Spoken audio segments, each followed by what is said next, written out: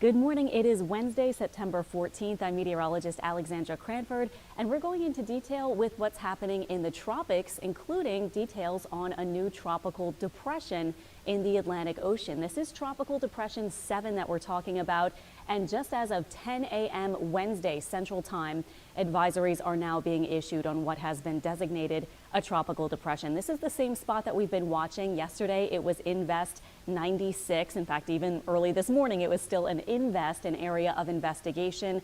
And this is one of those times that the National Hurricane Center has bumped up an area of investigation to a tropical depression. Winds are estimated around 35 miles per hour right now. There are some gusts indicated up to about 45 miles per hour. Notice that it's 800 miles east of the Leeward Islands. So this is still pretty far out in the Atlantic Ocean. And notice just from the satellite imagery, it is not a very organized looking system just yet. That's why it's just a tropical depression. You can see that most of the higher cloud tops were indicated by those darker colors, the blacks, and then in the middle of that, the grays and whites. Those are located toward the center, but really lopsided a little bit farther off to the right-hand side of that low pressure center. It's moving west at 14 miles per hour. Now let me show you the track. I know you want to see this. The National Hurricane Center right now, of course, is taking it just like all the other models out to the west. But a couple of things to note, it does have it turning into a tropical storm maybe within the next day or so. But look at those wind speeds all the way through the time period from the National Hurricane Center's cone. They're keeping the winds pretty low at only about between 35 and 45 miles per hour. Now, intensity forecasts can certainly change, but there are a couple of things to watch with this.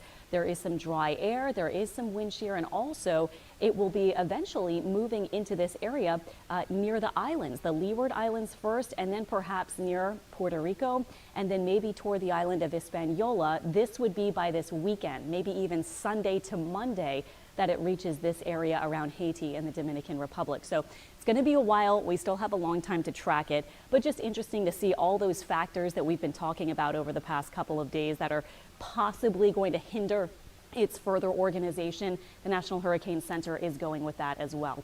Now, as for the track, it is moving to the west-northwest, but a couple of interesting things to note with these computer models is that a lot of them have it either kind of hovering here in the extreme northern Caribbean Sea, and again, probably a weaker system if it does interact with land and has drier air around like we're thinking.